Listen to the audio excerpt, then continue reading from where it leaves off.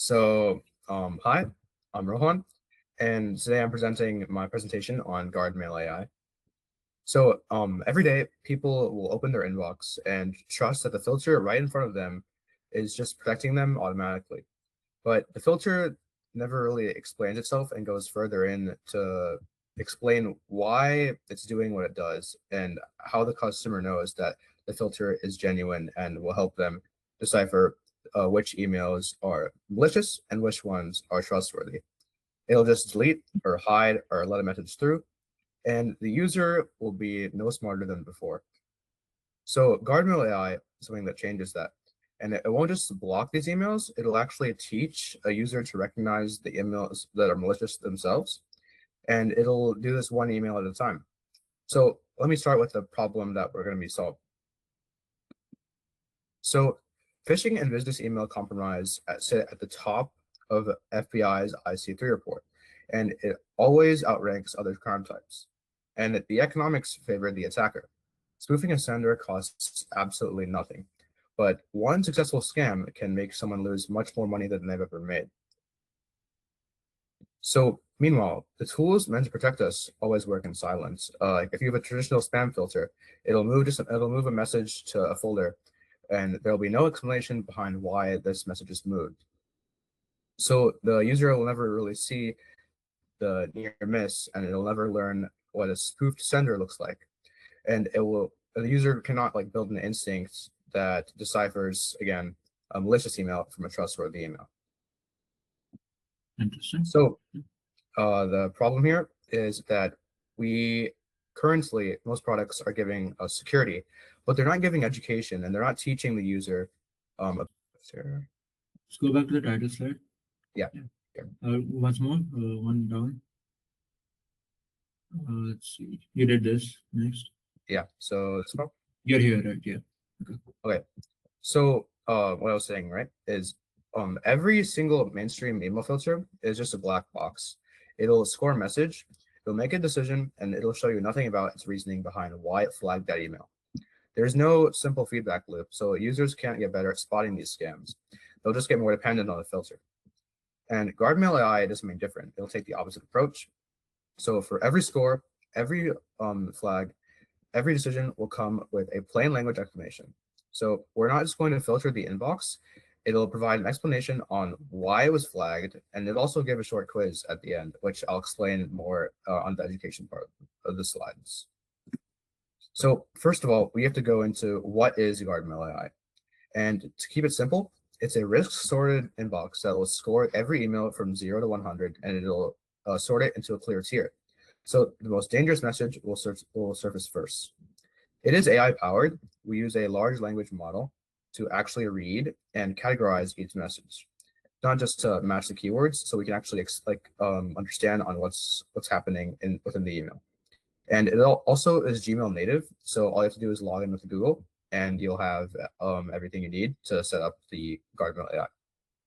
And it'll scan your entire inbox. So instead of a normal email filter saying "trust us," GuardMail AI will actually be able to show its work, and I'll show the steps here that it takes. So the first, I did one more slide. So the first step here is a batch scan. So it'll take a page of your Gmail inbox in a batched API call, and it'll categorize every message concurrently. And then secondly, we have dynamic scoring here, and this is where it'll score from 0 to 100 into risk tiers. And it'll start with critical, which is something that is a very risky email to read or respond to. And whether it's a scam or spam thing, it'll check if it's a spoof of email sender or if it's a dangerous link.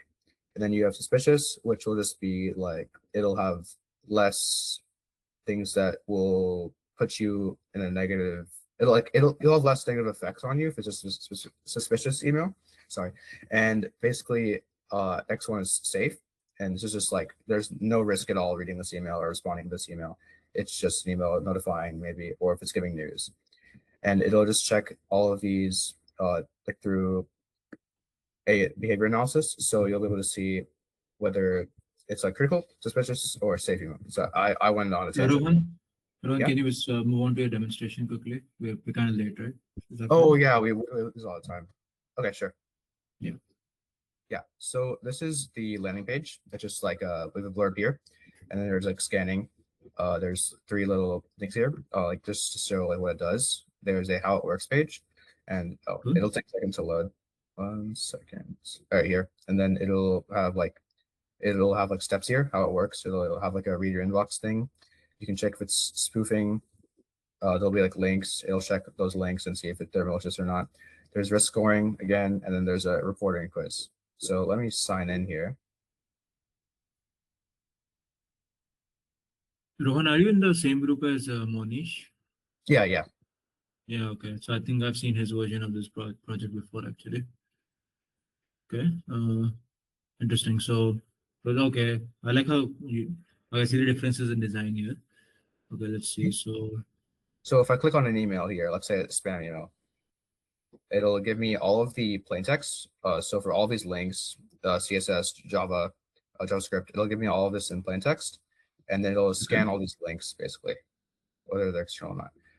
I don't have any malicious links in my inbox. I could, I think it'll load more. But yeah, one thing about this is that I need to like make the inbox timing like loading more efficient. So what my mentor told me was to add a like first we have like the Gemini API key, and then from there it'll fall back to Grok. If it like whatever one loads first, it'll load that one first. But I don't have any malicious ones, so I can't really show you the quiz thing right now. Okay. Okay, you have the inbox, you have up there, you have reported cases, settings, and how it works, right? Can you show Yeah, me yeah. So those? I can report an email like this, and Okay. it'll come to 40 cases, and it'll show. I have this one from earlier. I was testing, but you can see that there's a timing of when it was actually reported, and it'll show the sending, the title of the email, and the sender. And then settings is just like it's pretty basic. Settings. Yes, You just like settings, got it. disconnect the account. But how it works is that original page that showed up, right? Yeah. Got it. Okay. Nice. Okay. But do you have you said there was like an AI chatbot thing? That's not working? Oh yeah, that's part of the report, but I can't access it because I don't have any malicious emails in my inbox. Like all of them are flagged as safe. Got it? Yeah, and then like they're just like spam. And This one's spam is not suspicious. malicious. This one's yeah, this one works. So Okay, can you show me? you can see there's a summary here. There's also a phishing link attack. But like I need to better this model actually, because this is like an actual genuine email from google.com. But you have a analysis here, and you have like a quiz. What is a red flag in the email? And you can answer this and it'll tell you.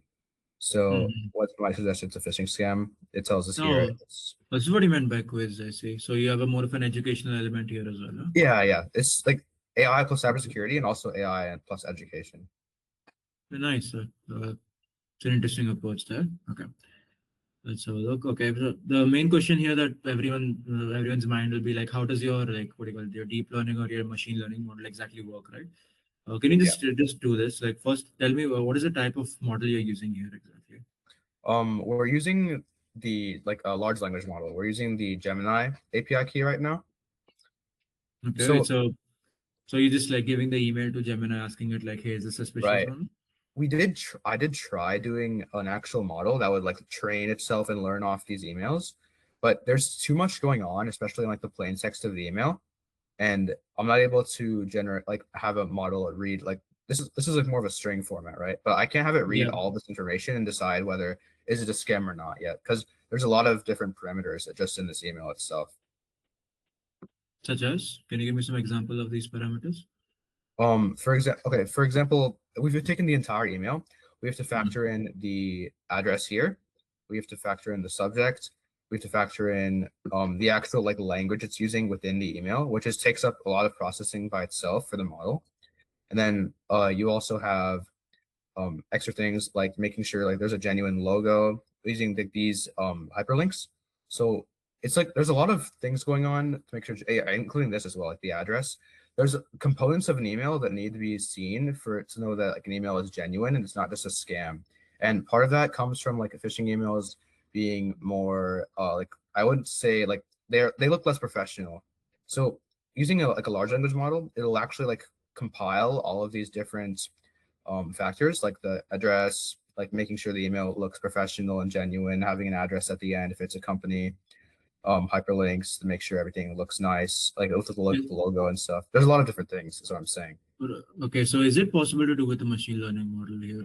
Because like, okay, I understand maybe the logo might be difficult, right? Because you're dealing with images, but like everything else is just text, right? Like from the email address you're sending from the subject, the received address, all this stuff is like very, it's just text, right? So do you think is it possible to use a machine learning model here? I think yes, I think it's definitely possible.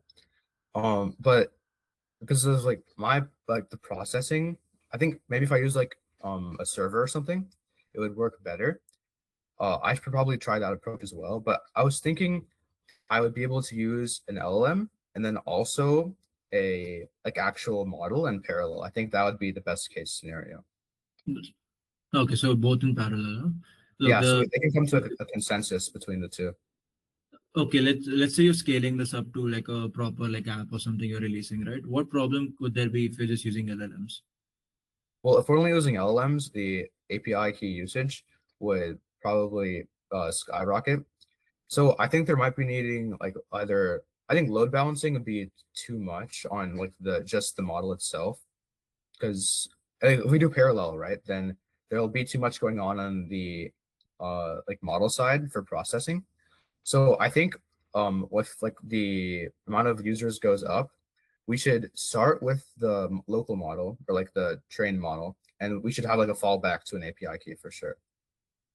Yeah, so maybe like the local model flags it as like, hey, this is suspicious, only then check with an LLM. Is that right? Right, like it could be just checking like a yes or no question, like does this email look suspicious? And then we'll say yes or no, and then there might be like an LLM explaining why it's malicious because it already knows it's malicious.